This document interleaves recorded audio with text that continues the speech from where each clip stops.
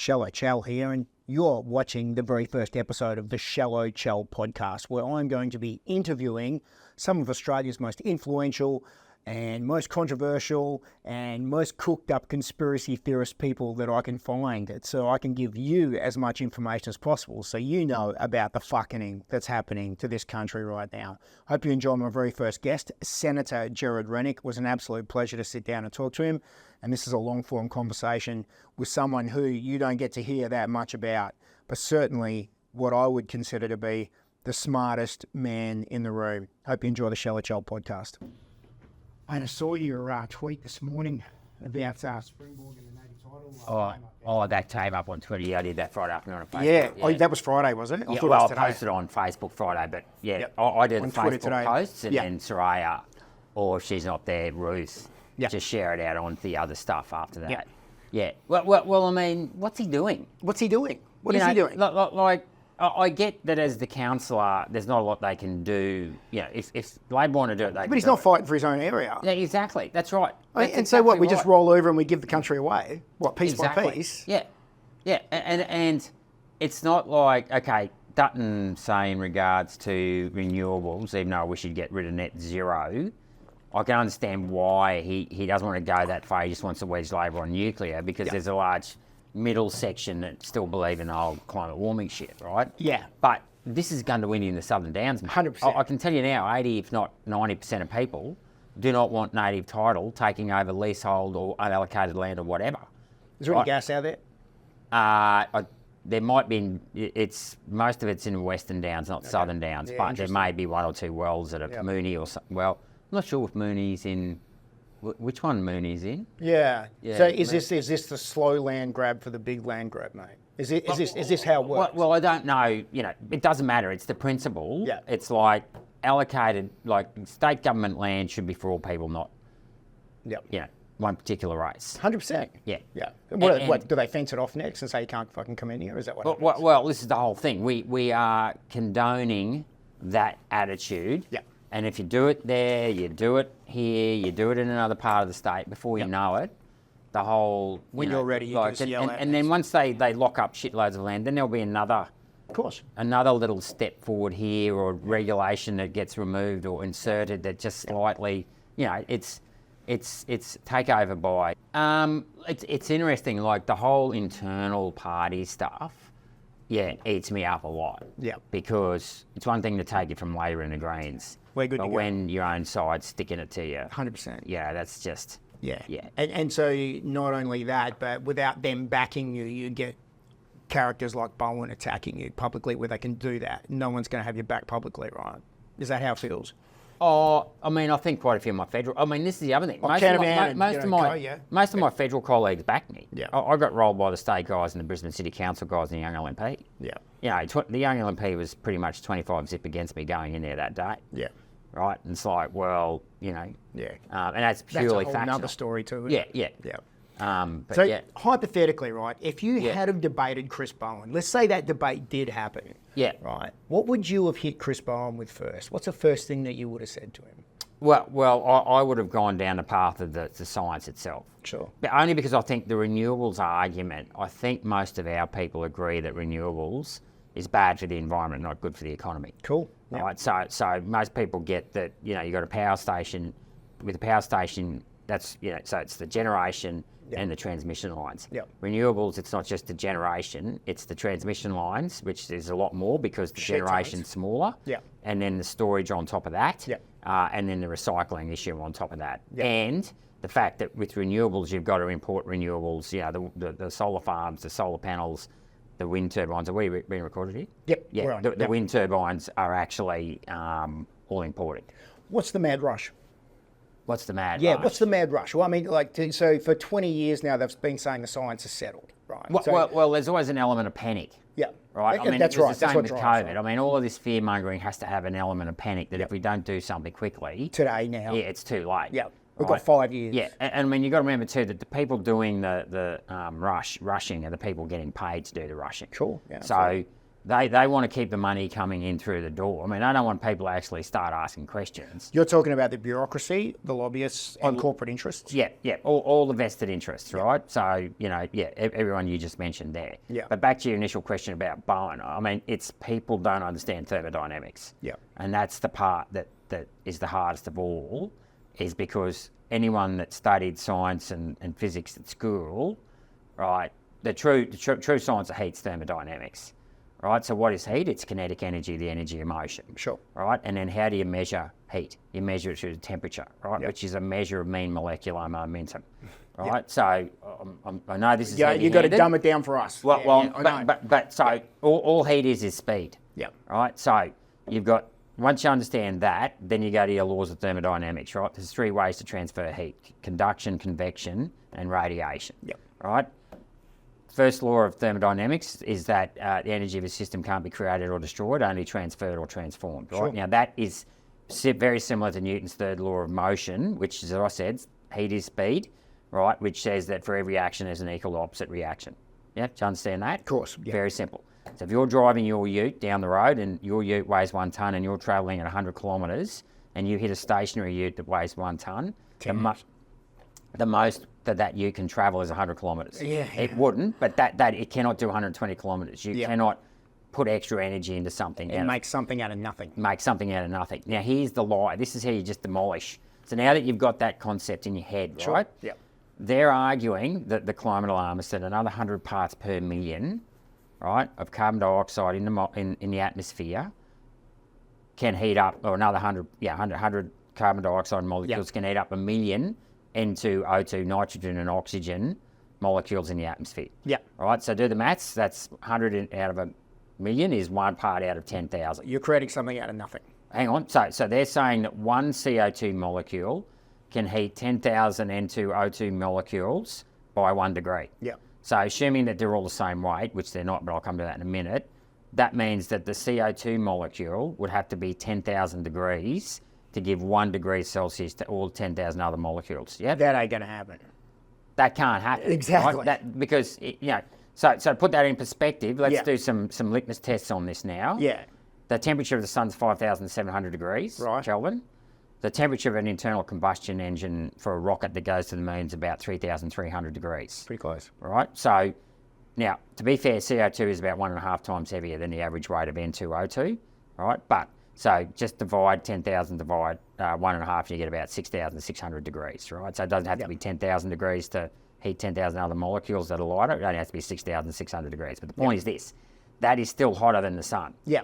Okay? Yeah. So that's I can use the first law of thermodynamics to demolish their argument. The science is, you destroy the science in 60 seconds. Yeah, right? and this is the thing. We have to kill the lie about not climate change, because climate change isn't just bad science. Climate's always changing. Exactly. It's bad English. You can drill ice cores down to 2 kilometres and you will still find what the temperature was a degree and a half warmer than it is now. Exactly. So climate change is a tautology. So it's like saying the water is wet. Yeah. Right? Climate change, we know that, right? Yeah, but it feels emotionally connecting. It's emotionally connecting, and it is a truism. The climate changes. So you can't, It's not a lie. Yeah. It's not a lie. It's just that they're distracting from that. The real lie that we have to attack is the fact that extra CO2 in the atmosphere increases the downwards radiative force. Have we not been able to sell that effectively No, in the because last 20 people, years? because most politicians don't have a clue. Most politicians didn't do maths, science at school. Most of them did politics and English and all that feeling stuff, even back in the day when,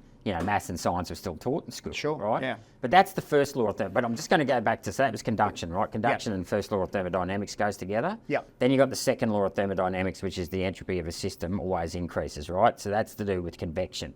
So that's the second way heat's transferred, right? Now, convection in the atmosphere is just the wind, effectively the wind, right?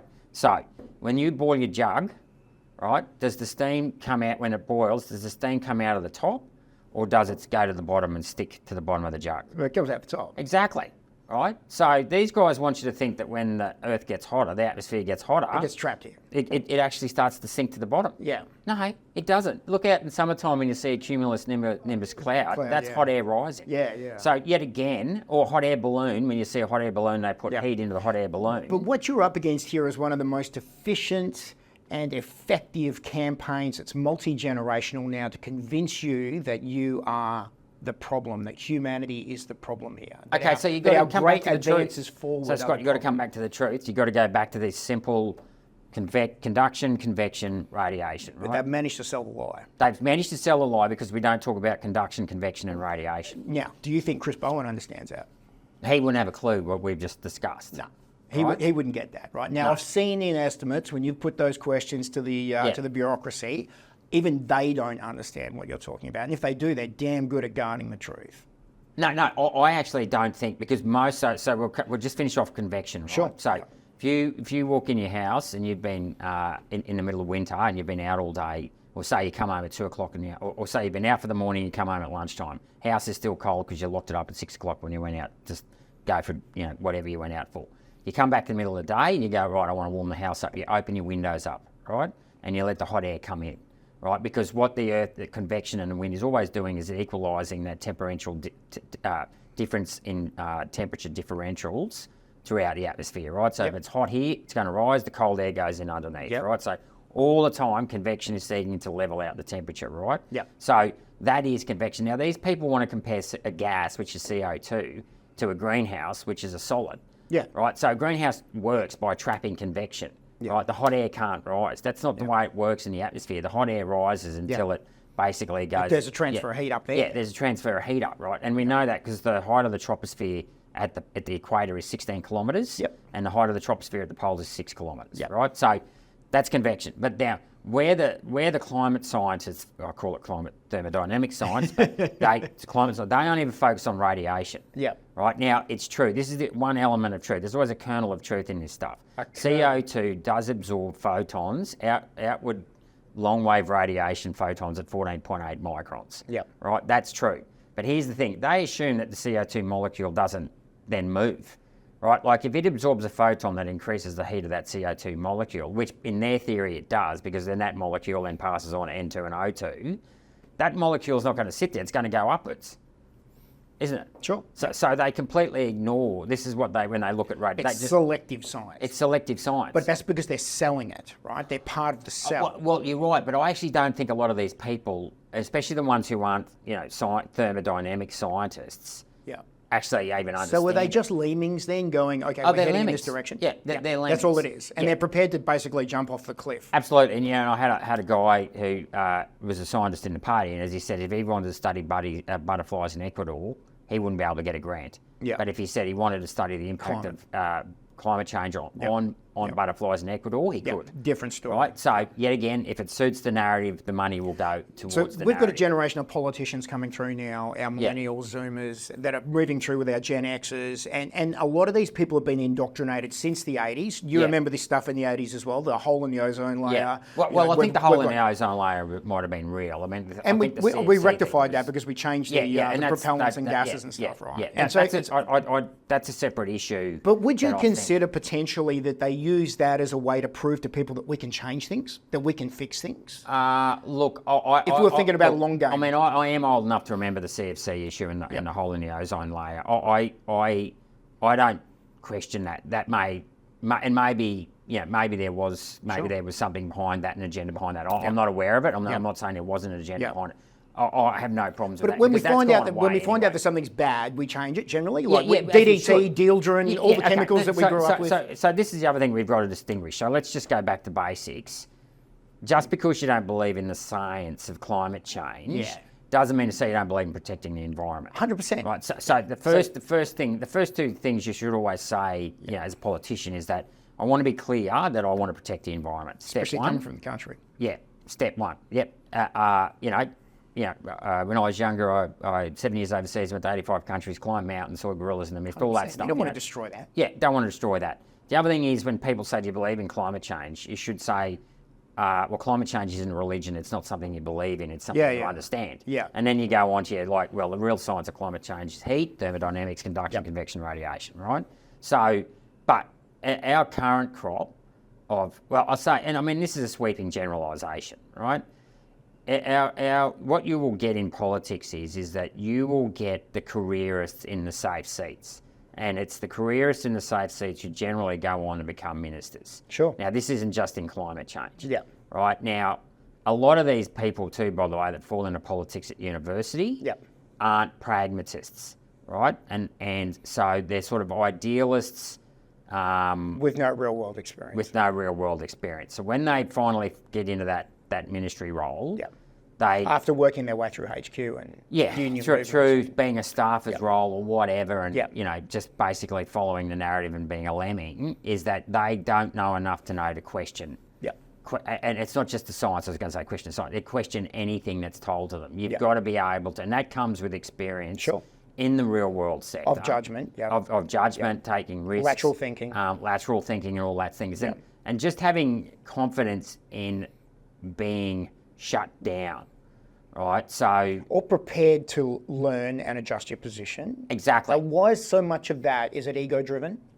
Or is it just because they got... Well, it's also survival. We got to so it's survival instincts as well, right? So you can, and this is the thing, the sort of people that keep their mouth shut long enough to get all the way into, 100%. It's to be pre-selected and then get to become a minister, they've had to say yes all their life. 100%. Now, to be able to say yes all your life, to me suggests that you're incapable of thinking or you have no conscience. So you do think and go, well, this isn't right, but I'm going to keep my mouth shut. Now, for me, it was always very hard to keep my mouth shut if I saw something wrong, because my natural instinct and conscience is to speak up and say, no, that's not right, and to question the narrative. Not because I had someone try me last night, go, oh, you're just anti-government. And I'm like, no, I'm not anti-government, I'm anti-bad government, I'm pro-good government. Do you think government changed, though, with the nature of the culture of people coming through? We've gone from a political class that, if you went back 50, 60 years, half of the parliament, 3/4 of the parliament might have been made up of people that actually came from businesses, had a trades background, a military background, came from something else other than just being a lawyer. Yeah. Look,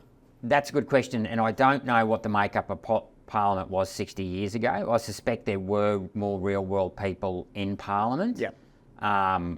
But there's still real-world people in Parliament today, but they very rarely get to the top because, they're not prepared to say yes the whole time. Well, it's not just that too. You've got to be in there for 20 years. So even someone who's relatively real-world in comparison to everyone else, like Peter Dutton, Peter was still won that seat of Dixon, I think, in the year 2000 or 2001. Like he was 30 or 31 when he won that, right? So he's had 23 years in politics or 24 years in politics. He's had longer in politics than he had pre-politics, like from a working perspective. And even if you double back, since he started school.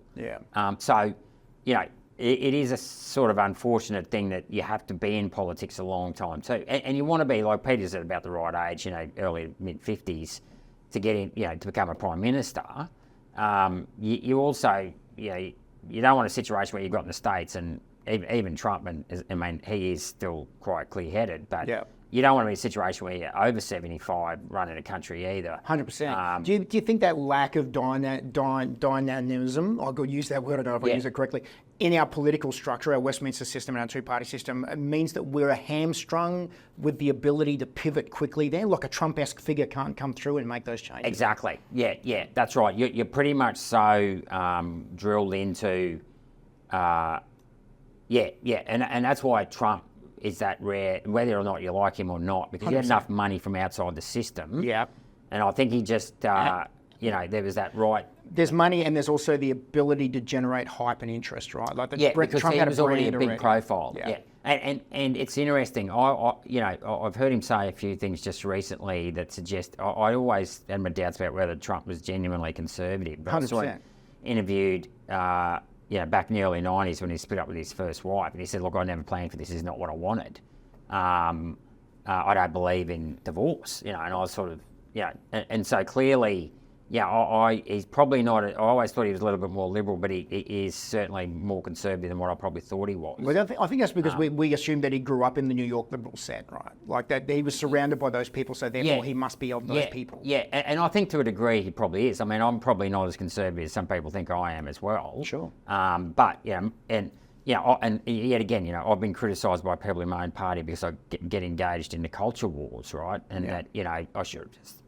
people have said to me, you shouldn't get involved with the culture wars, and you should have just stuck to your tax and your bread and butter monetary policy. And it's like, well, It's not a question of being involved in the culture wars, it's a question of believing in small government. Yep. Right? And effectively, I don't want the government telling me what to do in my personal life and telling families what to do in their personal life. And I don't want families being punished through tax and transfer measures because of the choices they make about their family, and we do have that today. Does that make you more libertarian than conservative?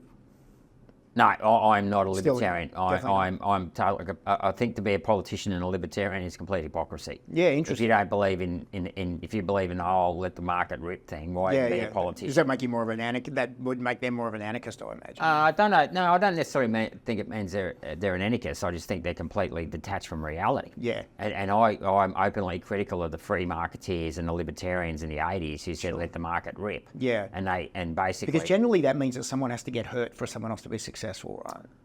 It can't be well, I mean, there's always that element in life. And you don't necessarily have to hurt other people. I mean, you can, go on and become a farmer and sell, farm produce, and there's a win-win. It doesn't have to be one person's win is another person's loss. But the name of the game, I guess, in government is to have a level playing field and a risk-reward, respect that risk-reward paradigm. Yep. Right. And my issue with the free marketeers of the 80s is the fact that they took their hands off the reins of power, and of course the communists and the Marxists stepped straight in, and now they control the reins of power through superannuation. I mean, they always probably control the bureaucracy to a certain degree. But now they control $3 trillion in capital. 100%. And what second largest sovereign wealth fund in the world? Yeah, for a small country like Australia. And if you control $3 trillion in capital, you control industry. And a rapidly increasing rate on that superannuation. Since I started work, it was what, 2%? Yeah, absolutely. What are we, 11.5? Yeah, 11.5. I got guys that work for me. They're paying 35% tax plus their 11.5 on top of that, and you wonder why you got no money. Yeah, exactly. Yeah, because a big chunk of it's being taken away from someone you have no control over. Yeah, and the free marketeers, and I'll name names here: John Howard and Peter Costello. Yeah. In 1996, when they got in, if they were true to the values of the party, they'd have wiped out super. They'd have got rid of superannuation. Yeah, but they didn't. They didn't. No, because CBA bought a Colonial Mutual, National Bank bought National Mutual, ANZ did a joint venture with ING, and Westpac bought Bankers Trust. And so they saw it. I mean, sorry to cut you off there, Scott. No, you're right. 1 year Colonial Mutual made a 66% return on equity on their, funds management advisory services. I mean, that was just extortion. Yeah, that is extortion. Yeah. So it's easy to call them communists, but you also just touched on a point then where it's rampant capitalism as well, right? In its own way. Created that situation. No, that's fascism. That's fascism. So my political spectrum is communism, superannuation, Marxism, which is identity politics. Fascism is over here is where you let the corporations rip. But isn't that corporate and government in hand though, when fascism? Yeah. Corporate and government hand. Well, it is because Howard's basically rolled over to the major banks. And I mean, don't get me wrong, superannuation's communism. But then Howard's also rolled over to the fascists. Why did he roll over? Because they were on the side of the Liberals then, and of course, it was that's all where like, the money was coming from. And the language of the day became, people can't save for their own retirement, we've got to save for them. What's the fourth part of your spectrum? Well, patriotism, right, which is where basically or a protectionist. So patriotism's more of a nationalism. The Patriots are considered an American term. Yeah, sure. So I consider myself. But you're an Aussie patriot. Yeah, or protectionist, right? So, and the original Liberal Party was a protectionist party. 100%. So I see the role as a politician to protect individuals and the individual and the families from the unrestrained authority of either the fascist corporates, the communism, so superannuation through bureaucracy and centralised wealth, and then the identity politics that also comes out of the bureaucracy. So this makes a really small corner of the general public, essentially. I would call most Australians patriots that haven't bought into the woke ideology, the corporate interests and the fascism, for example. That's most Australians down here in this corner here. Yeah. They're at war with all three parts of that. Absolutely. And all three parts of that are slowly but surely whittling their wealth away. That's the middle class of Australia that's being gutted. Absolutely. Right? They're basically rent-seeking, chewing fees and everything like that. Yeah. And at a level we've never seen before either, I believe. Right? Oh, absolutely. Well, I mean, I say that's probably not fair because I'll just jump back a few questions to where you talked about politicians 50 or 60 years ago. Yeah. It's interesting, I was listening to the radio the other day and they were talking about, someone was talking about how often people had a shower back when. Yeah. You know, and showers didn't come around until the 50s or 60s. I think people were sharing bathwater with the kids at once. Well, so my dad, who's 89, he was born in 1935. I spoke to him about this. I said, Dad, when you grew up, how often did you wash? He said, we had a bath once a week. Yeah. He said at night we'd wash our legs. Yeah. And that was in 1935. Oh, well, so say 1935 to 1945, right? So that Must have been a his tough first time 10 catching years. public transport. Yeah, and of course, my grandfather was away, you know, on the war. So Grandma had 4 kids before the war and after the war. So throw that in as well. But you know, it just makes you realise. So coming back to, even if politicians say didn't have a lot of experience in working in the private sector 50 or 60 years ago, Yeah. they came from a time when life was a hell of a lot tougher than it was today. Yeah. I mean, go back 50 or 60 years ago, you know, you go back to 1956, I think TV came in. So Well, I mean, let's face it, now it's 70 years ago. You know. 70 years ago. But there was a time once when the only thing you had in your house was a radio. Yeah. And back then, even, like, you don't have to leave the house today and you wouldn't be lonely. You've got Netflix, you've got social media. Hence why COVID was so successful. Yeah, I mean, you can trade shares on the stock exchange, whatever, you know, I know day traders who Order actually try lunch. and make a living. Yeah, out of that stuff. So in the old days, you'd go to work, if nothing else, you know, not just for the money you needed to survive, but actually you were bored. Yeah. Just, it was boring to stay at home. Yeah. You know, there's nothing to do. Well, you weren't going to meet anybody, any potential life partners, family connections, community connections. Yeah, that's another thing. You got all of that sort of romance stuff that you can meet up online and all that stuff now as well. So, you know, the world has changed a lot. So even anyone that went into politics 60 or 70 years ago would have just been that much harder and more hard-nosed and pragmatic about life in general. Yeah. And it's probably fair to say, and you still had just a bigger chunk of the blue collar working class. But we had a much bigger manufacturing industry then. 100%. Regardless of whether or not it was efficient compared to the rest of the world, we did actually have, you know, things like boiler makers and mechanics and tradies. We made cars. Yeah, we made we engines. yeah, that's we cast right. blocks here. You know, Yeah. and we did things. Yeah. So whereas today's political class, you can have people that go, you know, are born into the city, or I mean, I'll be over simplistic here, but you're born in the city. They get picked up and dropped off at school. Like even myself, I mean, I rode my bike to school from the age of grade 3, right? 100%. I mean, I can Do you remember the size of the bike lockers they had at school back then? The racks where huge. you'd chain your bike up? Yeah, I mean, you know, Chinchilla State High, they were like huge. And my daughter's high school doesn't even have a bike rack. Yeah, right. Yeah, well, I would say 70. If you didn't come in on the bus from the farm, of the people that lived in town, there'd have been 60 or 70% of the kids rode their bikes to school. So we lament the good old days, right, where we had a different class of politician. Yeah. I lament it a lot because having daughters, I've seen how much this technology and this easy lifestyle changes them, you know, as they grow, right? So, and it's easy to call the enemy communists, and we break these areas down into these three forces that we're up against. And that's oversimplistic, but it's a sort I know of it's oversimplistic, but is this a globalist versus nationalist battle? Does it really come down to that? Because those other three parties, they are very much aligned with the globalist philosophy, right? Yeah. I mean, so that's a sort of a well. There's the internal instinct. There's those that love to control, and those who don't like to control. Sure.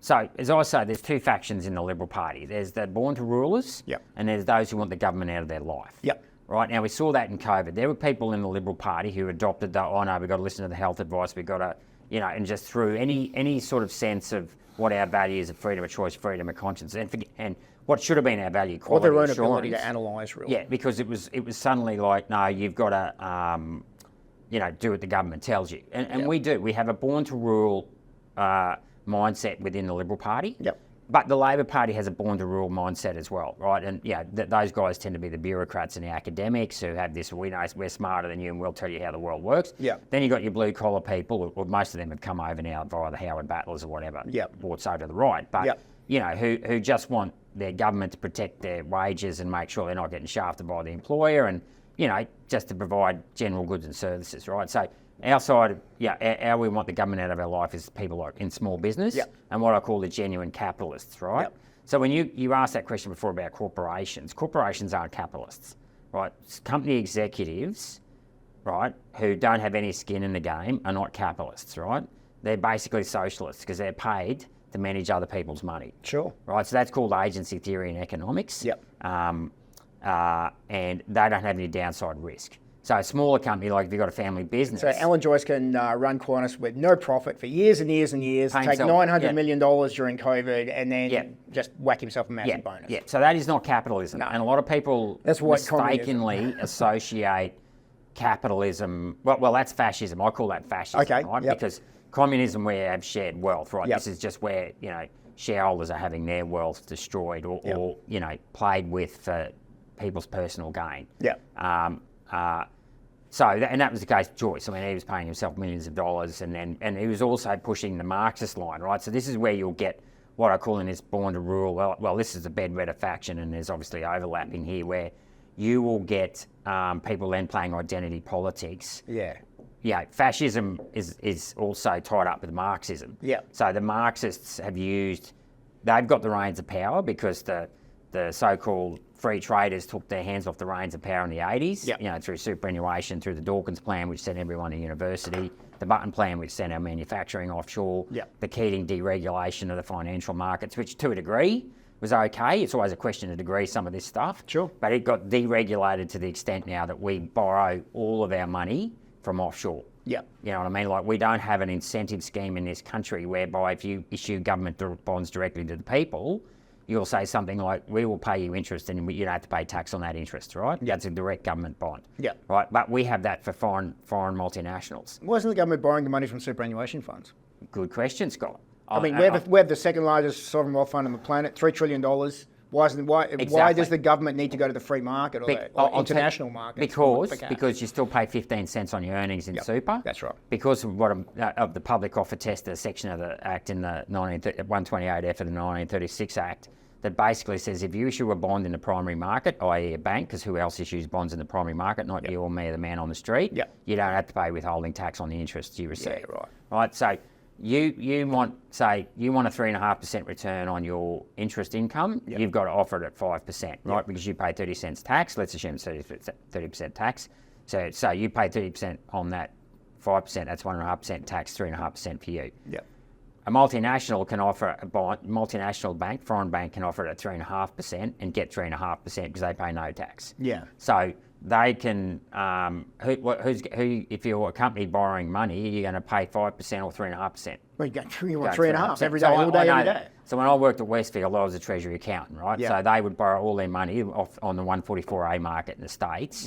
Because over there, they didn't have to pay interest on the way out. The money was cheap. Well, sorry, they had to pay interest on the way out, but they didn't have to pay tax. The company, the foreign bank receiving that interest didn't have to pay tax on it. So they could undercut. But no, we don't have a corporate bond market in Australia. That's interesting. Right. And so that sovereign wealth fund, that $3 trillion has become one of the most powerful. Right, it's not a sovereign wealth fund because... No, it's not because it's owned, right? And it owns a lot of privately owned stuff. I guess that's not the right word for it. Because it's not to compare with Norway or somewhere like that. A sovereign wealth fund would be something a patriot would back. Because it would be owning, government would own that money, the earnings from that money would go into general revenue, and that general revenue... That money earned would then lower the taxes you have to pay, and that's what Joh Bjelke-Petersen did here when he set up with the coal mines, opened up the coal mines in the Bowen Basin, because basically you get royalties from the coal, you get freight charges from the train lines, you get the demurrage charges from the ports. Plus you get all the associated businesses that crop up around. Absolutely. And the towns and the economic growth that happens. Absolutely. So then you get the lift in the land tax, right? Then you get the payroll tax. So suddenly they've created a recurring stream of revenue through productivity. Which is we're still receiving today, right? Those royalties are still coming through. Well, that's right, because that's what Joh set up. But of course, we're not receiving as much of it because Labor privatised Queensland Rail in 2009. It was at a Palaszczuk. But they had to sell it, though, because they had no money. Right? This is where it comes down to. No. So that's where you're wrong. You don't sell assets if you're short of money. You build more. Right. Well, so this is the problem we have in this country. We are now so detached from the real world that people look to the RBA, right? And within the bureaucracy, you've got the bureaucrats who basically just can't answer questions and estimates, and then you've got these independent statutory authorities that are a real danger. And there's nothing more dangerous than an independent RBA. Monetary policy is the most misunderstood in politics. And we know you get it better than most people in the Senate, that's for sure. But the answer is rather than manipulate the price of money, I mean, if you got washed up on a desert island, would you either A, start peeling bark off a tree and trading the bark and changing the price of the bark on the first Tuesday of every month? Or B, would you start building infrastructure, building, a dam, shelter, a fire for heat? You'd start building real things, right? You don't start trading over here with, paper money and speculation, right? Yep. And so what the RBA is doing, and I know we're going all over the place. Oh, no, that's okay, though, because it leads into it. Is that we've got an inflation problem at the moment where demand is greater than supply. But that's right? because we've punched so many people into the country in the last 2-3 years. Yeah, right? that's a part of the reason. Yep. So yes, that's why demand's gone up. Yep. But supply has also dropped, right, over the years, right? 100%. Because that's 40 years of this. That's because we've gutted manufacturing. Yeah, we gutted manufacturing. Yep. We've encouraged the sale of infrastructure, right? And when you sell infrastructure, you sell all the. So, now these foreign companies can bring in their foreign workers to, have the skill set, right? So it means they also, to some degree, control supply, because that supply Absolutely. side is very much fed by the infrastructure that's in place. And we rely on the private industry to build monopolistic infrastructure, right? Yep. And they won't do it because the cost of building it, the return on that takes 20 or 30 years. Especially with the cost of building anything here in Australia. Yeah. So, but just coming back to the RBA, they are trying to deal with inflation, too much demand, through an austerity by driving down demand. 100%. Right, which punishes hard-working Australians. 13 interest rate rises. Yep, through no fault of their own. The most aggressive, fastest interest rate rises in the history of the country. Yeah, but what you should be doing is increasing supply, increasing productivity, increasing supply through building. So going back to that desert island scenario, we are relying on the paper shovelers. But we can't cheaply build in this country. We can't build projects fast. We're not very good at it. And I bring that back to... hang on, we can, because... I disagree with you. I had someone who pulled me up on this the other day who looked at the Gladstone, that LNG stuff that's been built in the last 2 decades, and he said, look at our iron ore production, our coal mines here in Queensland. And our agricultural sector is pretty efficient. So we can do it, right? It's just that we're impinged by bureaucrats. Step one, we know that red tape, green tape, black tape, blue tape. We all understand that. But what we don't understand is the cost of money and the price of money, right? So one of the things that stops people is if we want to build a dam for $1 billion, we will today go out and borrow $1 billion from offshore, because as you just said before, we've got no onshore corporate bond market. So we will go offshore and borrow $1 billion. Well, that means the first $1 billion in wealth we make, we have back to offshore, right? But not only that, let's just say we had to, it was 4% interest on that bond, and so after 25 years, and a lot of these projects take up to 25 years to build and start generating an income, that's another 100% in interest offshore, right? Now, that's going to cost us $2 billion to build a $1 billion dam, right? Forget what let's assume the $1 billion does. There's no cost blowouts and all the rest of it. But here's the thing, right? Why does a government go and actually borrow money offshore? Well, it's the only place it can get the money at a cheap price, it thinks. The only place we can get the cheap money. Cheap money. Where's the money come from, Scott? Well, banks create money out of thin air, mate. Central banks create money out of thin air. That's exactly right. So why are we using another country's central bank to create money out of thin air? Yeah, that's what. Aren't we a sovereign country? We are. That's right. So you brought up this point before, where we could have a citizens' bank here. Okay, Separate issue to the RBA. No, that's a retail bank. I'm talking central banking here. Two separate issues: central bank, infrastructure bank, retail bank. So so then I've got to ask this really simple question: who does the central bank work for in Australia? Well, it should be working for us. I mean, I won't impute motive, but you're missing the point, right? You know what a balance sheet looks like? You run a business, right? You've got an asset over here. What's capital? What's capital? Well, that's your revenue that's coming through the business. No. Okay, help me out here. Okay, balance sheet over here is your asset. Over here you've got two types of capital. You've got debt and you've got equity. Okay. Right? So why does a government issue bonds, right, when it can issue what? It could issue debt from its own equity. It could issue shares. It could issue shares, Companies issue shares all the time. Sure. So why don't we issue shares? Why don't we? Because everyone does, because of ignorance and stupidity. I'm sorry to sort of sound so... No, that's okay. I want to hear one side of that. Okay, because all you got to do is issue one share called an untapped wealth. And that share sets up an infrastructure bank, right? And that infrastructure bank lends to state governments and federal governments for securitised debt, right? And by securitised, you've got to securitise it against infrastructure that generates recurring revenue. Power stations, dams, roads, ports, airports, telecommunications infrastructure, not the So retail side. anything that fits within those categories then could be financed through this Yep. sovereign fund. So what you're doing is that you're effectively issuing equity instead of debt. Yep. And what is and that equity? Where did that equity come from? Come from blood, sweat, and tears of the Australian people. Exactly. Yeah.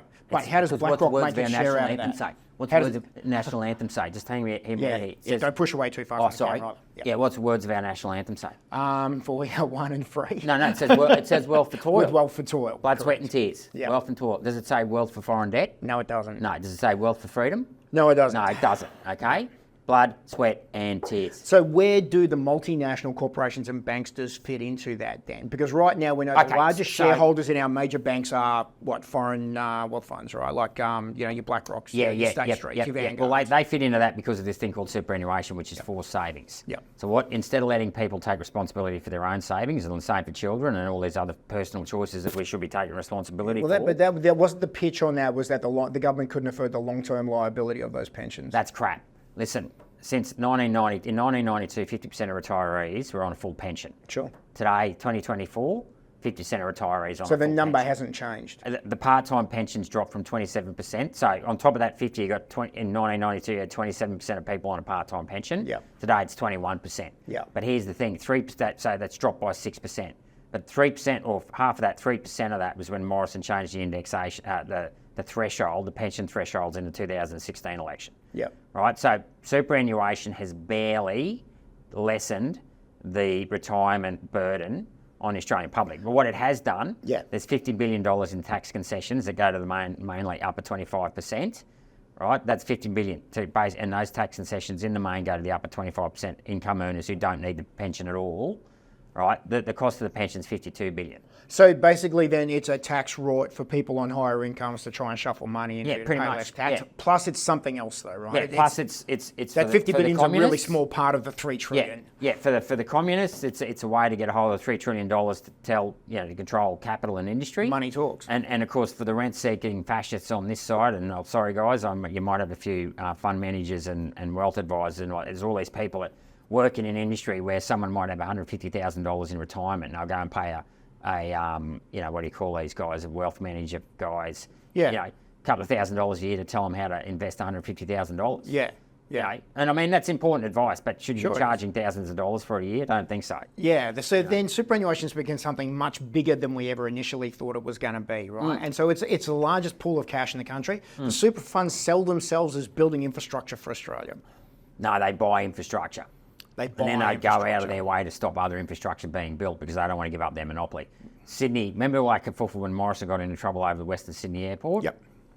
That was a big anti-Western Sydney Airport campaign by Sydney Airport, who don't want to lose their monopoly. Interesting. Yeah. And Australian Super now owns, Sydney Airport. Yeah. What else do they own? Oh, heaps of stuff. Half the country, probably. But here's the thing: when you talk about this whole idea of issuing currency and controlling our own currency, this was all done before. If we hang on, just let me go down this path, right? Sure. Who was the first bloke to issue a currency in Australia? Was it the Governor Macquarie? That's the one. Yep. Yeah. Was it a holy? Wasn't a holy dollar? Was the holy dollar? So the first 17 years of the colony, from 1788 to 1805, they relied on foreign currency. There's a drought in 1805. Everyone was broke. And the currency got repatriated, right? That then degenerated into the rum rebellion because they started bartering rum. And Macquarie was the first guy to come along after that. And he was the first governor to see Australia as a country, not a colony. And if you want to run a country, there's three things. That's all we've got to do as a country is you have law and order and a defence system, control your borders. You have a tax and transfer system, and you have a monetary system. He issued the holy dollar, which then built Sydney Barracks in Macquarie Street today, Sydney Hospital. Our first Macquarie infrastructure. Street. First infrastructure, right? Who uses the holy dollar today as its logo? Oh, Macquarie Bank. It sure does. I just realised that. Yeah, and what's their business model? Well, they lend money usury. well, they're more in the management. Yeah, they do quite a few things. They're damn good at it. Yeah, they are. They're very well connected, but they basically get management fees to manage. So they'll clip the ticket on, say, of a toll of a road. So I'm not sure if they were involved with the recent sale of the M4 in Sydney. But here's the thing. Like the New South Wales government or taxpayer went and built the M4, last part of that M4 tollway in so Sydney. they could sell it to a private and entity. they immediately sold it. Yep, that's Why right. would you sell? Why would you sell something that's unlimited cash flows? same with the train lines, though, right? Yeah, and now I'm not sure if Macquarie managed that particular asset, but they clip the ticket on all those things, right? Now, take Brisbane here, where we are. These tolls today, 2 million people paying, $6 a toll. I can tell you my business hits thousands of dollars every month. That's right. But imagine what's going to be like in 100 years' time when you've got 5 million people paying $50 or $60 a toll. Yep. So infrastructure, monopolistic infrastructure, is the best way to hedge against inflation if you're a government, because you know you can always slightly jack up the toll fee or whatever by 0.5%, 1% over 100 years. That's a hell of a big increase. It's a huge amount of money. But going back to when we sold Queensland Rail before because we were broke, we're getting we're getting broker because, or poorer, probably a bit better English there. Sorry about that. We're getting poorer because we're selling real assets that generate income and that have a what do you call it? A positive effect on supply. Purchase power. Have strong purchasing power in the sense that they can hedge against inflation. Plus, those kind of national infrastructure things should never be privatised anyway. Right? How can the M1 have a toll on it? This is our national highway, right, that runs all the way around the country. How can that have a toll on it? How can it have a toll? How can it have a toll on it? Like, I'm looking at the Gateway Bridge behind you right there. It's the M1. Well, that must have been paid off by now, sure. Well, it was $1 billion to build the second bridge. Remember when they did that? Right. And I think that happened under Newman. I think he pushed the button on that. Yeah. But all these tunnels that we got done, I mean, the last big infrastructure projects that we got here got incredible tolls on them. I love driving in them because there's no one in there because no one can afford to drive in the damn thing. Well, they're getting fuller. I mean, I've got to admit, in just over the 10 years I've been back in Brisbane, I can remember using the one on the north side for a while, and it's busier today than it was. Sure. And just remember, the Story Bridge was originally built by the Brisbane City Council. Yep, and it had a toll. Had a toll, went broke, taken over by the state government, and good luck trying to cross the Story Bridge and peak out a day. Yeah, no, it's pretty tough. So, if you build it, they will come. Yeah. And this is the thing. I mean, if you want to, if there's one thing you want to take out of listening to this video, is that there's only one way out of our economic malaise, and that is to build. Yep. Because that gives us, Do we have time? Do we have time? And I say that because with the BRICS nations, with these BRICS coming through, right, the economic story of that, African iron ore coming online, the great golden goose that we have here is slowly but surely being plucked to death, and we've got competition coming. Is it too late? Have we squandered our opportunity here in Australia? I mean, we're squandering opportunities, but it's never too late because we have that recurring revenue. So people say you can't print money out of thin air. All money comes out of thin air. Yeah. Right. But the reason why, when you do print money out of thin air, it's not a question of whether or not you print the money out of thin air. Of course, you've got to do that. You've got to expand the volume of credit in the system. If you've got more people over here, you need more credit over here. Yeah. It's a question of what do you match it against. Yeah. And by building a dam, we have something to back the currency. Because the rain comes out of the sky for free. Yeah. So that's how you justify printing money out of thin air for free, because you can if you back it, put collateral. Likewise, the coal in the ground. I mean, When was the last time we built a dam in Australia? Well, I mean, I think Tasmania's built I think it'd be almost impossible. But outside of Tasmania, we haven't built a lot of serious. We built Paradise Dam, and they've had to pull that down. When Traviston got squashed, right? That was the feds that squashed that. Yeah, that's right. Yeah, I mean, that was debatable, Traviston, because it was a shallower thing. But regardless, we should build a dam somewhere. Yeah. And there's so many potential dam sites along the country. Yeah. And especially... We get another drought like the one we had in the early 2000s here. The water rationing, the restrictions that were on in Brisbane. Yeah. We'd have almost 1 million more people here now since then. Yeah. A desal plant going to cover that? Well, it probably could. I mean, I don't know enough about desal plants, but why build a desal plant that you're only going to use once every 10 or 20 years? With a huge amount of electricity to run that you could put in dams strategically placed that if you don't use it for the town supply, you can push it westwards and use it for irrigation. Yep. And that's the thing about why we need dams. If we're going to have more people, we've got to feed more people. We need more water. How do we get to net zero? Personally, whatever your thoughts on net zero, when we keep bringing in people at the rate that we're currently bringing in. Well, this is the other oxymoronic behaviour of the government. Yep. I mean, the easiest way to get to net zero would be to stop bringing in more people. It would be. Yep. Yeah. But that's how they manage to smoke and mirrors the GDP economic miracle that is Australia, right? Well, I mean, this is part of my cynicism coming into government. I, as an accountant, always loathed economists because the GDP model and GDP figures are completely contrived bureaucratic palaver. It's flawed, right? Yeah. So if I dig a hole for $50, and then I'll pay someone to dig a hole for $50, and then pay someone else $50 to fill that hole in. That's a GDP. It cost me $50. That's a GDP of 100, Yeah. right? Like, I mean, you've got nothing for it. In the accounting world, that's a loss of $100. Yeah. Right, and here's the thing, GDP just pretty much adds up all expenditure, and it doesn't distinguish between investment and consumption. Yeah. And it's all expenditure. It's not, so GNP, which is gross national product, is the wealth created by Australians, not GDP. So we know that our GDP is going backwards in Australia. So technically, per capita, like we're in a per capita recession. We hear people talk about that consistently. How important is that? What does that really mean for Australians? Well, it means we're getting poorer and our standard of living is declining. Yeah, but you're still going to have a shower every day. Well, until you don't. Yeah. Do you know what I mean? Like I mean, this is it's like the water behind a damn wall, right? It's getting worse and worse and worse and worse and worse and worse, and then eventually it comes over the top. Yeah. Right. So if you're on the other side of that damn wall, you can be having a shower every day because you're turning on a little tap down here. Yeah. You know, if the water's there or there, right? Yeah. And this is where we're at now.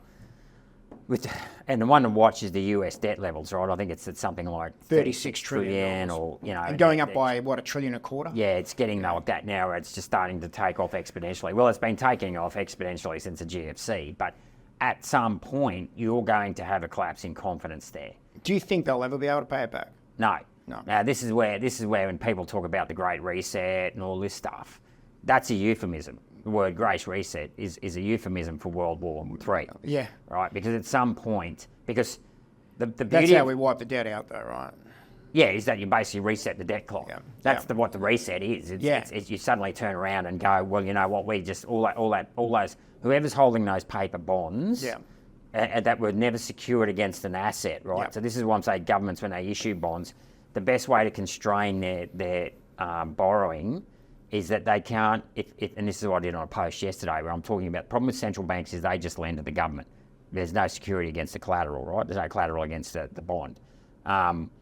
If there was no central bank and the Treasury had to go out and issue bonds to the people, they'd only be able to do it on infrastructure projects that were going to generate an income. If you went and issued a bond and says, oh, we're going to spend $1 billion on bureaucrats and social security. No. I mean, some investors would. Look, to be honest, there'd be people out, well, superannuation funds and those people who weren't actually managing their own money would do it, right? Because they don't care. They're just going to lend the money to the government, suck up to the government, right? But if it was your money, you're not going to lend money to the government unless there's actually security behind that paper they're giving you, right? And so it's all those people, $36 trillion in, now I suspect some of that $36 trillion is cross holdings and intercompany related, so it may not be as high as $36 trillion. But I'd be very nervous if I was a bondholder of US Treasury bonds. We're maybe probably not quite there yet, but let's just say for whatever reason there was a war tomorrow and the US government collapsed, right? And Texas went its own way, Florida, and there's also, it's not impossible because it's happened before. I mean, the Civil War wasn't that long ago. No. That you could get Texas and Florida and those southern states to go, right, we're out of here. See you later. Or likewise, California. I don't think California would want to leave the country because it's broke anyway. Do you see that as a real possibility in the US, that fracturing? Well, the fracturing is there. Whether or not it actually actualises into a genuine kinetic split. warfare. A genuine people split. are already becoming more tribal. They're separating to those states that are more favourable to their political leanings. Absolutely. I mean, like the migration to fleeing Texas from all these Californian podcasters. I mean, that's a real change in the dynamics and demographics of the states. Now, California are losing people for the first time in, a century, I'm guessing, or 2 centuries? I know this is a bit of a segue here, but I do want to touch on this part about COVID and the Federation of Australia and the states that we are, because that leads into it quite nicely, right? We don't have a dynamic model in Australia where states can incentivise business to be in their locations, I don't feel. Like, I mean, I know that Victoria has a lot of taxes and they're hammering people pretty hard right now, but that's really minor compared to the way the US is set up, right? The difference in the Australian model versus the US model. And do you think that our GST and federalised tax system has made it so that we have that centralised control that removes the state's ability to be somewhere like Texas or be like somewhere like Florida, for example? Yeah, look, it's a good question. As someone that's worked in tax, I wouldn't want to be a company operating in Australia having to pay 7 different rates of company tax. Sure. In Australia. Yep. And if you did that here, everyone would move to Canberra Yep. or Tasmania. Yep. Right? Because there's no infrastructure. Like Canberra would become the Delaware of US. Yep. Because Every Canberra company be headquartered there, right? Yep. Canberra go, we're not going to charge any company tax. Everyone just moves to Canberra. Yep. And poor old North Queensland and WA and these Gets ones hammered. that generate all the wealth, Yep. they'd just be, all their money would be going straight to Canberra and you'd never get it out of there again, Yeah. right? Look, it doesn't really, you still want a democratic system. It doesn't really matter the model of government. If there's one thing I've learned out of COVID, it doesn't matter what your model is. If you've got piss-weak, gutless politicians who aren't going to stand up and do the right thing Yep. and have the smarts to, okay, there is potentially, let's go 2020. Yep. And as many of your listeners would know, I was critical of Scott Morrison there in 2021. 100%. 2020, I was cautiously cynical. So didn't know enough to know. I was still cynical that I was always knew it was going to get politicised and Labor always going to go, oh, be scared, because they'll do that every time. That's the way they operate, right? Yep. The party of Karens. Yeah. Now, to be fair, Scott Morrison isn't a virologist. He's not, he doesn't know anything about vaccines. Like health isn't something. Everyone, I know people, even my father, who's been described as further right as Attila the Hun and lives out in Western Queensland, albeit he only ever listens to the ABC because that's all you get out there. He was worried about the pandemic, right? Of course he was. Now he can look back now and go, yeah, he can see it for what it is. And I had many red flags throughout that period, but my own dad being brainwashed by the ABC was probably one of the biggest red flags to me because my cynicism towards the bureaucracy comes from my father. Yeah, you learned it from somewhere. Yeah. And as someone who's running his own small business or been his Fear own. porn was strong though. The fear porn was strong. Oh, absolutely. So this is what I'm saying. It was, in 2020, it wasn't. I can understand why Scott Morrison had to play it safe. As much as I was cynical about it at the same time, because I thought they were going to milk this. I could see why, you got to play it safe. And it's pretty hard for Australia. Well, we are isolated, but at the same time, I was very cynical and I had this bad feeling we ain't going to come. It wasn't going to be 2 weeks to stop the spread. Was it? No. We all knew that at the time. Yeah. But it changed for me in 2021 when we wouldn't open up. Yeah. When it was clear that we could. Yeah. And Victoria was still doing lockdowns. Yeah. So, but even there, like I said, there's a lot of red flags in all of this. But the one here in Brisbane on the first Friday of 2021, after Palaszczuk said we won't shut down again. Yeah. One case from one of those intercontinental. Yeah, and we went straight into a lockdown. We went straight into a lockdown. Friday morning, she comes out. Yep. 9 o'clock, we're locking down 5 o'clock this afternoon. I heard from a lot of businesses who, they'd gone through a tough 2020. One guy was a publican, bought his stock for the weekend, including food and all that stuff, had to throw it out. Yeah, 100%. Yeah. There would have been thousands of cases of those examples, where that one weekend alone could have made or break a business. Yeah, my barber, for example, is a great barber. Yeah, he does most of his trade on a Saturday. Yeah. That was out. Yeah, that was out. Yeah. And then my coffee shop guy, who was my regular at the time, no longer exists because they couldn't stay open. Sure. So, and the thing was, by 2021, we knew that it was only impacting, like as all viruses, right? Some people get arguments about whether or not it existed or whatever, right? Pathogens exist and older people are vulnerable, right? Whether you like it or not, older people are vulnerable. It's called old age, right? Yeah. So, by all means, do what you have to do to protect them. Yep. But when it's starting to impose draconian restrictions on healthy people. 17th of December 21, when they locked out the unvaccinated people from being able to enter any hospitality restaurants. But even before then, you had thousands of people on the border, of the Queensland border. Couldn't get into the state. Because Queensland hospitals are for here's Queenslanders. The thing. Yeah, but no, that was actually earlier in the year over the pregnant woman. Yeah. But these were people who were vaccinated. Yeah. Who didn't have COVID. Yeah. So they'd done the right thing by the government's words, not my words. Yeah. And they were locked out. And these people, this is something that and I'll put this on record that I will never forgive my colleagues for. As a politician, we had an insight that a lot of other people didn't. 100%, which is why we were so confused as the general public. Forget the fact they didn't stick up for the values of the party. I was hearing from people, and we had this conversation before today, but because I read my emails, I take phone calls. You were seeing the real world effects of this. I was seeing the real world effects. People were being locked up in hotel rooms for 2 weeks. Suicide. So they depression there. They worried about losing their job because they weren't they went to New South Wales for the weekend, couldn't get back. So suddenly we had people who went to New South Wales for the weekend. Yep. Suddenly couldn't get back. So they couldn't go to work for 2 weeks. Yeah, I was on multiple interstate trips where I had to drop everything and get back to Queensland real quick before they shut the border. Exactly. So not everyone did, right? Yep. So suddenly now they're. But I had the capacity because I could afford a flight. Yeah, exactly. Some people were in their cars, whatever. Yep. So that meant that not only could they not afford, they had to be locked up for 2 weeks, they had to pay a $10,000 bill, and they ran the risk of losing their job. Yep. And their pet dog or whatever starved to death at home. Yeah, starved to death at home. Well, they had to get someone to sort that out. Yeah. Then there's these situations whereby, and I know quite a few of these people who had loved ones that were dying. Yep. Couldn't go to the other state to see them.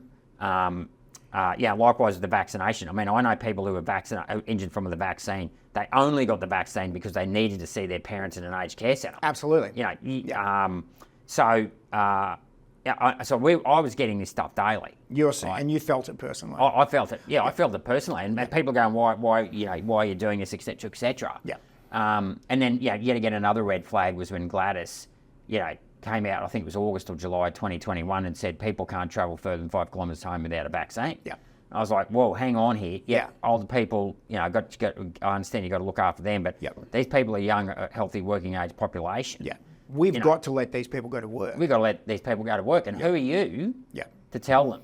Now, do you remember that moment when Jeanette Young, when she was the Chief Health at the time, and they said that we need to let the football happen because it was good for our economy and we needed the money? Oh, yeah, right. Yeah, I do. Yeah. Given your background and what you know, since when did the oversight for health become the Ministry for Finance in the state?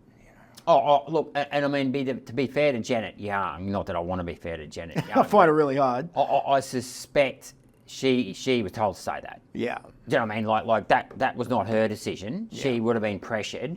Because I'll stand to be corrected on this, but I think Peter Beattie and Kate Jones were on the ARL board. Yeah, right. So you can see the strings being pulled in the background. Sure, yeah. There was interest everywhere, right? Yeah. And do you think that they could get away with doing again what happened during COVID? Oh, absolutely. You reckon? Absolutely. There's been no levers or mechanisms put in place, or safeguards, I should say, that would not allow that to happen. Absolutely. They will. It will probably be another way the next time.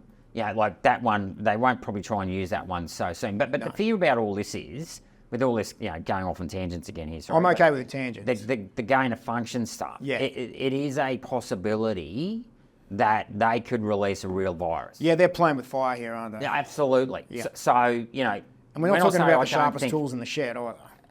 Well, yet again, but and to be fair to the Morrisons of the day and the premiers of the day too. Initially, no one knew enough to know. And to all those people that got the vaccine, I mean, if you're told it's a vaccine and you've had heaps of vaccines... We were watching videos of people collapsing on the street in China, remember? Remember that footage? I mean, people... And so this is... Look... And we know that wasn't real. I call this... It's not really a silver lining, but let's call it a silver lining. Look, one thing about COVID is that I think it peeled away. A lot of people suddenly saw their government in a different light. And you developed one of the largest social media followings of any politician in the country. Yeah. Because of your ability to speak the truth. And I think a lot of us were disgusted at the way the media and other politicians were treating you at the time. Now, go further forward from there. We're at this point now where Minister for Weasel Words, Chris Bowen, will stand up in front of the National Press Club, the NPC Club we call it, and belittle you as a conspiracy theory cooker. Yeah. And try to tarnish your reputation as one of the most intelligent men in the room. And all because of COVID. Well, and climate change. And climate change and all the rest of it, and intelligence agencies. But that's where it started, though, with COVID, right? Yeah. Well, no, it started with climate change when I was a Senate candidate. So they had a crack at me over climate change early on. But you still had the backing of the party then, because you still got pre-selected to be a senator. Well, I did get told that if I did another post on social media, I'd be thrown off the ticket. You were told that? Yeah.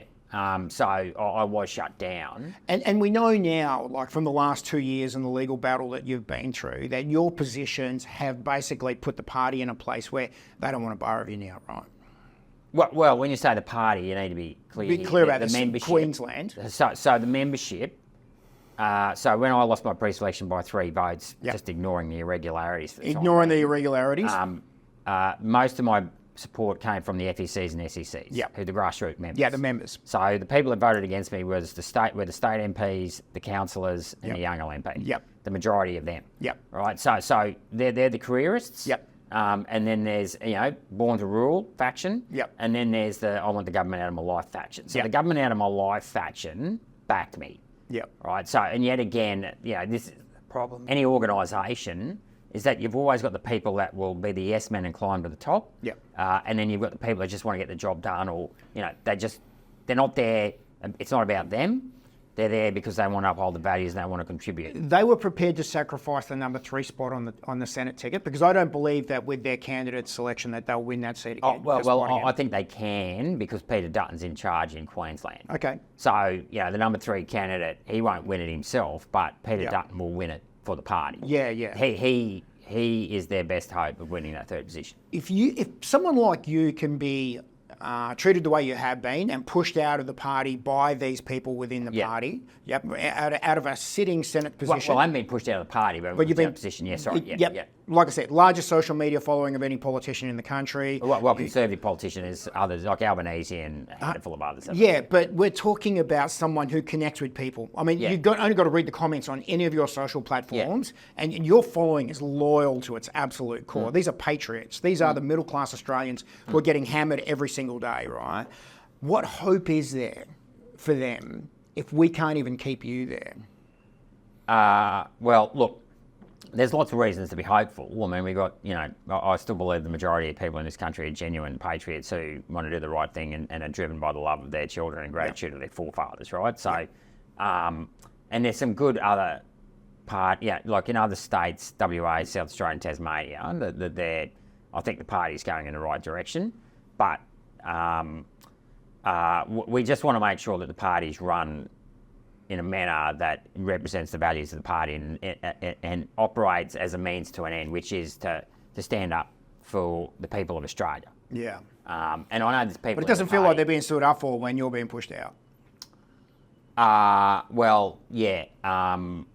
I know that's a hard one, right? Well, so the people that are against me will argue that I turn people off or whatever. That's their opinion, and time will tell. Yeah. I mean, the fact is that they can probably throw me out and still get the number 3 person in, because Peter Dutton can, I believe, I think, and I say Peter Dutton. You believe he can win? Yeah. Oh, absolutely. And I think, and not just that Peter will win, Albanese's losing as well. Yeah. Like, Albanese is bad. Yeah, it's one of the worst governments in living memory. Yeah, I'm shocked at how bad. I mean, I never rated Albanese that much, but I'm shocked at just how bad the Labor Party is in letting him get away with this. Well, not if this was Kevin Rudd, he'd have been knifed by Gerard. No. Well, it's too hard to get. It's not letting him, but they can't even, manage him to be more productive. Yeah, sure. Right. I mean, But that's because their ideology gets in the way of good judgment, though, right? Well, their ideology, especially with renewables and high immigration, you're right. Like, and they don't know what to do. I mean, Jim Chalmers doesn't know what to do about monetary policy. Right? He's a doctor with a PhD. Studying Paul Keating, as people keep telling me, who was a neoliberal acolyte, right, in the Labor Party. Yeah. I mean, the study of Paul Keating is that he was the architect in Australia. Yep. Of everything not everything that's gone wrong in the last 40 years, but economically. But that was the change in the monetary policy part, right? Of the levers, the financial levers that run our economy. That let us use international and look, I funds. just want to be clear, this is always about a question of degree, right? So you didn't necessarily want fixed exchange rates. No, not necessarily. But on the same hand, you want bond traders and FX traders, 80% of your market FX trades being speculation rather than productivity. Yep. So there is always a question of degree, and ideally, you want to have a hands-off approach as your initial position, but then you just want some protections in place, and it's like I said, this is a question of degree and a question of judgment. Yep. That make sure that the speculators don't start to snuffle out the producers and the genuine productive side of the economy. It's a fine line. It's a fine line. Yeah. But today we are being driven, our economy, putting aside mining and agriculture, which is keeping us floating, right? Thank God. Thank God. Our manufacturing industry has been hollowed right out. It's wonderful to make things again. It would be, not just economically, but sovereign and defence-wise, right? But But then we got a huge, 50 years ago, the academic industry was not as powerful as it was. Yep. The childcare industry. Not against childcare, but, No. Should it be commoditised? No. No. We've got the climate change. Grandmothers to live in granny flats in backyards and help raise the child. Well, yeah, exactly. Little things, right? Yeah. What's wrong with paying grandma and granddad to look after the kid instead of the What would be childcare wrong centre? with that? Yeah, you know? exactly. And why is that such a radical, crazy thing to say? It doesn't make you a misogynist to say that. But you would be labelled a misogynist for saying that. 100%. I have been labelled, Yeah, you've been misogynist called for every saying. name under the sun. So you've got, even the poker machine industry. Now, I'm not against poker machines at casinos, but I'll be honest with you, I hate poker machines in pubs. Yeah, I come from WA, and when I first moved to Queensland, it blew my mind because I'd never seen a poker machine in a pub before. And in WA, the pubs have to compete on craft beers, good food, good music. Exactly. So you That's can what it find should be live about. music That's every what a night pub- of the week over there. Exactly. That's what pubs should be about, is live music, good food and good beer. And not gaming rooms that are open till 4 a.m. 365 days of the year. Now, you'll be interested to know, like, we didn't have poker machines until 1991, until the Labor state government brought them in under Wayne Goss. And even Goss, to his credit, admitted that was the biggest mistake he ever made. Poker machines are like toll roads. Once you've got them, you can't get rid of them. It's the devil, mate. Well, devil I incarnate. mean, if I was, hypothetically Prime Minister for a day, that's probably the first thing I would just go and, how would you do that? I'd buy them back. Okay. I'd pay out. I wouldn't. Taxi licenses. Yeah. Well, yeah. I mean, that's a separate story. But I don't want to compare poker machines to taxi drivers because it's a completely different thing. But no, you pay whatever the publican paid for them. Yep. I mean, and I might even stick 5-10% extra on it to cover their, fees and charges. I wouldn't destroy their wealth. But, pubs need to be what you just talked about. That would drastically change their business And I'd leave them in casinos. I mean, and not that I'd have and that's not to say then a casino would pop up on every corner. But we just don't need poker. I mean, I grew up in the state. We didn't. I mean, you grew up in WA, so I don't have to tell you. No toll roads, no pokies in WA. Yeah. Well, there you go. Yeah. Plus, they have a natural gas reserve for themselves where they've kept their energy prices low as well. Things that they've done that we haven't done here. Yeah. So there's ways to do things that drive productivity, not speculation and consumption. Before we run out of time, I just want to run through some quick ones, right? Basically, I'll say a word or say something, and I want you to just give me the first thought that comes to your mind. Is that okay? Yeah. Yep. They'll be short and sharp. The ABC. Look, it's a I can live with the ABC. It's just the news division is the problem. Yeah.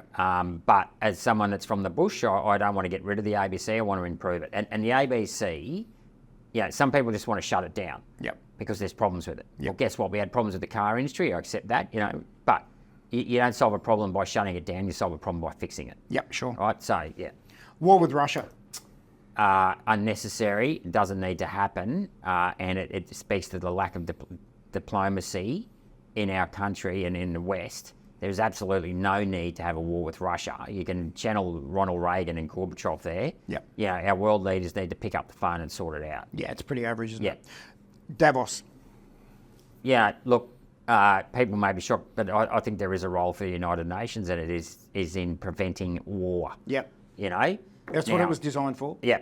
So to that degree, I can live with it. Now, yet again, this is a question of degree. Yep. When I grew up and I used to read National Geographic or something, and you'd see the United Nations out there, and they were like cleaning the water supplies and stuff. I say this knowing that you can never stop these beasts once they start. Yep. But if that was what the World Health Organisation stuck to, bringing people out of mandate, third world poverty, I could live with that to a degree. Yeah, but it's easily corrupted. They have now, it's become not an instrument that serves, but an instrument that controls. And they're using health to do that. So, Green hydrogen. Pipe dream, fantasy. Yep. Never going to happen. Well, I mean, I'm not saying the technology can't work. Will it happen economically? I'm happy to be proved wrong, but we shouldn't be spending wasting any taxpayers' money on subsidising it. The Iron Boomerang project, you familiar with it? Yeah, I am familiar with it. Good idea. It's a nice idea, but it won't work because you're trying to go from zero. You're trying to build a Ferrari. Like the best way to do that is to start off with one ship at a time. Like the idea, I like the idea, but I just think the content. And my problem is the people that are backing it are privateers. So I've met them and they wanted something like $250 million just for a scoping study, and that's where I was like, I'm out of here. If there's one thing I can't stand wasting money on, it's scoping studies. Yeah. If you think a project's a good idea, you show me why it works. Transgender and culture issues, mate. None of that, it belongs in the bedroom, none of it belongs in government or in the media or at the opening ceremony of the Olympic Games. And that's what I'm talking about, the difference. I'll be criticised by my own party for engaging in culture wars. Yep. My buyback there is I believe in small government. Yeah. And, there would have been a time in my life where I would have sat down with anyone, when I was drinking on a weekend, and I wouldn't have cared what they were, if you're having a beer, you're having a beer. Yep. Now, if that person then sat there all night and talked about their identity, I wouldn't want to know about them, right? No, that conversation would be a short one. That's right. But if he said, hi, my name's John or Ian or Kevin, he started talking about the footy, taking the piss or whatever, that's fine, right? So it's this whole, don't bring, in the same way I don't want to talk to someone in the pub about who, what their personal issues are. I mean, I might eventually when you get to know them, and they're not doing it from a shoving it down your throat point of view. But a conversation's a two-way exchange. Yeah, exactly. I mean, it's funny you say that. I mean, I met a transgender guy out at Shallowchal at a meet and greet, and the guy is fine. Like, he there's a lot more to it. He wasn't shoving it down my throat. He's conservative, and I've met quite a few transgender people. Interesting, hey? Yeah, they're actually conservative. And one of them, he said, look, I've had as many problems on this side of the fence as what I had on the other side of the fence. And he's adamant that children should not have their sex changed because they're too young. That's the big thing about it, it's the children, right? And so, I don't want to make this about bashing transgender people because I have no idea what it would be like to be in a body where you've got these problems, right? Now, I just don't understand it, and they have my empathy, right? Now, having said that, you've got to understand, and this is the problem. I mean, there's good people, but you can't judge a book by its cover all the time, right? I mean, you've got these vloggers at the Olympics who decided to bring it into the opening ceremony of the Olympics. I mean, this is in a country like France. I know, right? With 2,000 years. Where was Vercingetorix and and Charlemagne and the Vikings and the whole rich history of Joan of Arc? Where was that history that you should have been putting front and centre? Not some transgender issue, right? So, couple more quick ones. Defence procurement. Well, look, I don't pretend to be a military expert other than to say we need to be able, our soldiers join the Australian Defence Force, they don't join the Australian Offence Force, right? So first things first, we should be making sure that whatever we spend on military goods in this country are used to defend Australia and not used as to engage in offence in other countries, protecting other vested interests, particularly banks' vested interests. NDIS. Look, I know it's a big one, but... It's a big one. Look, it's a necessary evil. But of course, like anything, it is in drastic need of a complete overhaul. The people who need money need the money. And the people who don't need the money don't need the money. And there's estimates some out of this there stuff, that 20% money of you can't buy me love, right? Well, some of this stuff you can't buy me care. And it's always, it's a very vexed question because you obviously want to make sure people get the right care. But some of these people are getting paid. They don't care about who they're looking after. No. They're treating it like a business. And we've private created equity, a big grift there, haven't absolutely. And private equity are into NDIS. I mean, that doesn't ring a red flag, wave a red flag. I don't know what does. You've been around for a long time. This one's a bit of a tricky one, the war on terror. The war on terror. Yeah, the war on terror. The Twin Towers attack. I mean, I know this is a long time for people now. It's hard for them to connect to. But we've literally only just finished the war in Afghanistan, right? Like, 20 years in Afghanistan, invaded Iraq. World Trade Center's come down. When you think about it now, when you look back on hindsight, have we wasted our time? Well, the war in Iraq never had to happen. It should never have happened. Now, I accept that, and we can go down a lot of rabbit holes here, and this is the rabbit hole. I've never really gone down this rabbit hole. The United States, by all means, had a right to go and get whoever was responsible for September the 11th, right? Were they smart about it by occupying Afghanistan for almost 20 years? And I mean, here's the thing, they got Osama bin Laden, was it 2011, 2012? Yeah, that's right. So why another 6 or 7 years in Afghanistan? I mean, notwithstanding the history of Afghanistan is the Russians couldn't beat them, the British couldn't beat them. The Brits got beaten first. Alexander the Great got beaten. Pulled. Right, okay, so was it ever a winnable war? And as Machiavelli says, I think in his, The Prince, he says you only ever occupy a land really through settlements. So America settled, Europeans settled in America, Europeans settled in Australia. Sure. And the other thing he says, you don't use auxiliaries or mercenaries either. And this is the thing, if you're not fighting for your own country, then there's a limited period in which you can maintain the morale of your troops. So just hanging around in these countries doing nothing and occupying for the sake of occupying when your loved ones are in another country. Now, it'd be different had you moved there, settled there, and suddenly you're defending your little house. You're going to stay and fight. Yep. So the war on terror really distracted. And Jim Molan said this to me. Yeah, while all that was going on, we underinvested. I say we, the US, the Western, underinvested in the Pacific. And in our own China capacity. has risen. Yep. And whether or not we have the capacity to take on China and the Pacific, I don't know enough to know. I mean, it's obviously a question we need to ask. But we waste so much. We wasted a lot of resources there. And time. And not only in time and money and morale for the troops. I think we lost our cachet. As you know, America's greatest strength is its soft power. You know, is the fact that it believes in empowering the individual and that freedom, and that story of the 1776, and which I've really come to appreciate as a politician, because we often hear these guys talking about the New World Order. No, this is the New World Order. And a large part of it came about because those patriots in 1776 through to 1783 or whenever fought the British, gave them the middle finger and said, no, we're going to control our own currency. By the way, I don't know if you know this, but the War of Revolution, you know, the 1776 War of Independence was about the ability to print your own currency. But those guys were that was the manifestation of the European Enlightenment that started to empower the individual and overturn the hereditary rights of kings and queens. Took some blood to get there, though. Took some blood to get there. But that freedom, that feeling of opportunity, that feeling that no, we're not going to have the government oppress us, was what was so great about the United States. Yeah. And now the deep state, and you know, this is why Tucker Carlson and Joe Rogan and these guys are out performing the mainstream media. People can see through Big Brother. That Big Brother is closing in, and you know, and the other look, it's a bit like COVID sort of woke up a lot of people's eyes to government. That's had too much time to sit at home and listen to podcasts.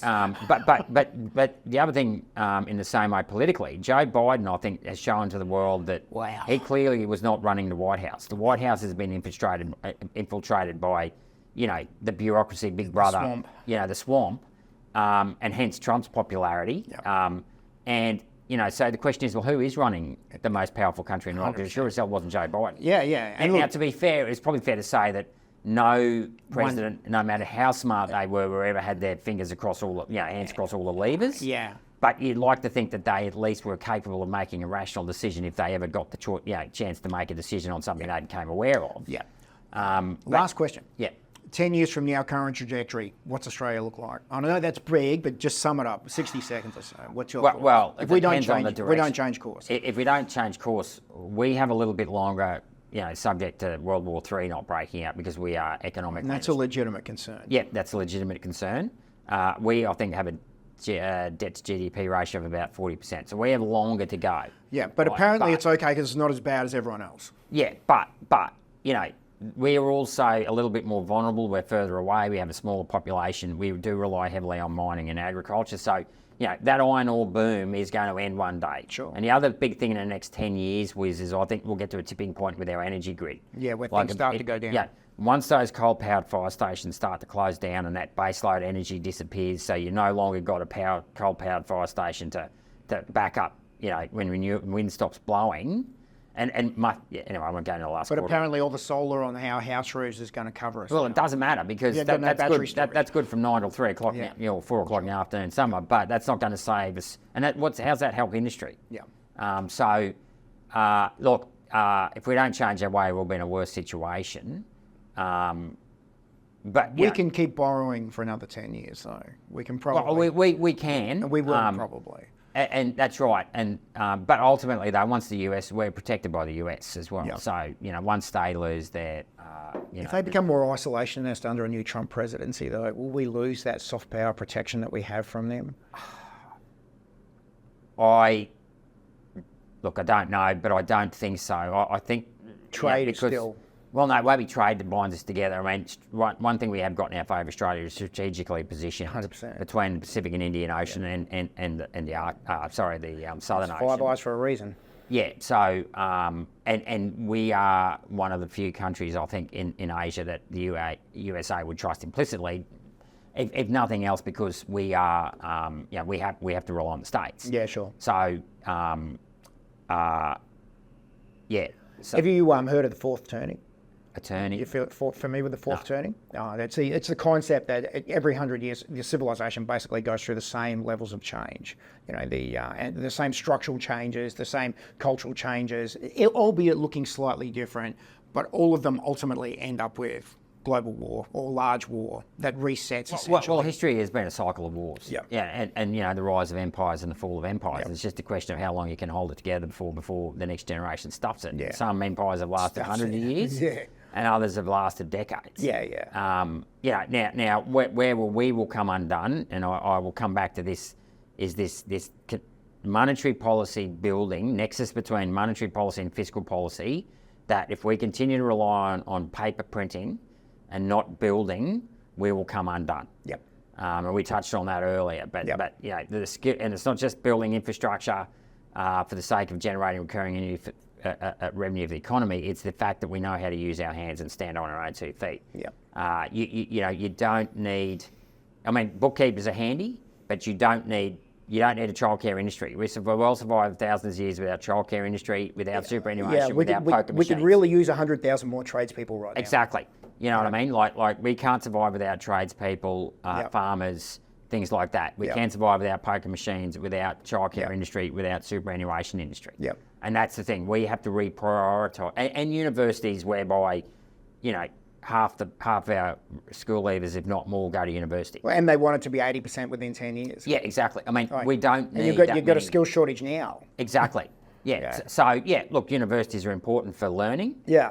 And research. Well, they're also great for not paying tax. Yeah, and when I say learning in certain fields, I mean other fields it's actually better to learn on the floor, shop floor, or in the hospital ward, or in the classroom. Yeah, right? which, you know, we've seen multiple policy motions at conference with regards to teaching nurses in the hospital instead of pushing them through university first. Yeah, I mean, my this mum would make sense to me. Yeah, I mean, my mum learned at St Vincent's Hospital in 52 or 53, I think it was. Sure. Yeah. So, Australia had 50,000 apprentices quit in the last 12 months out of a pool of 380,000. We can't get kids to stick. I've had a building company for 15 years. We haven't graduated one apprentice yet. How many have started, do you know? We would have started at least 20. Yeah, right. Yeah. We just signed up a mature age guy.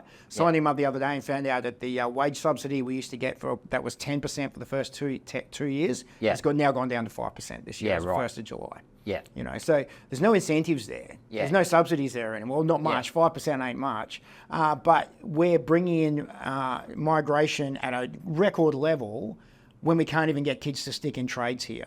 Yeah. Doesn't make much sense, does it? No.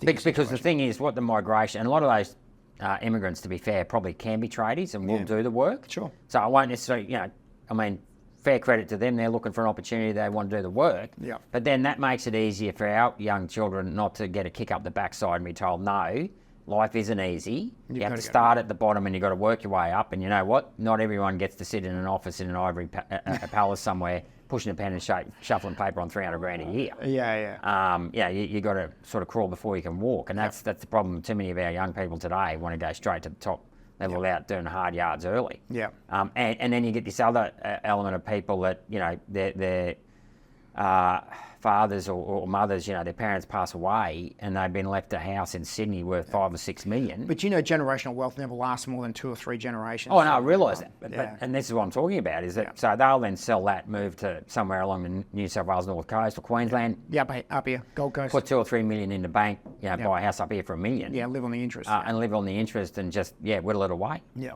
Because they're no longer... And not have children. And well, yeah, I mean, look, I'm not, you know, and that's not necessarily, you know... Personal choice. Yeah, but, you know, declining birth rates, you know, we're not repopulating. Well, that's because they can't afford the houses, I mean, younger people, So, I mean, I am empathetic towards Cost of living, absolutely. Yeah. Hey, Gerard, thank you so much for coming in today. It's been a really good conversation. I've really enjoyed it.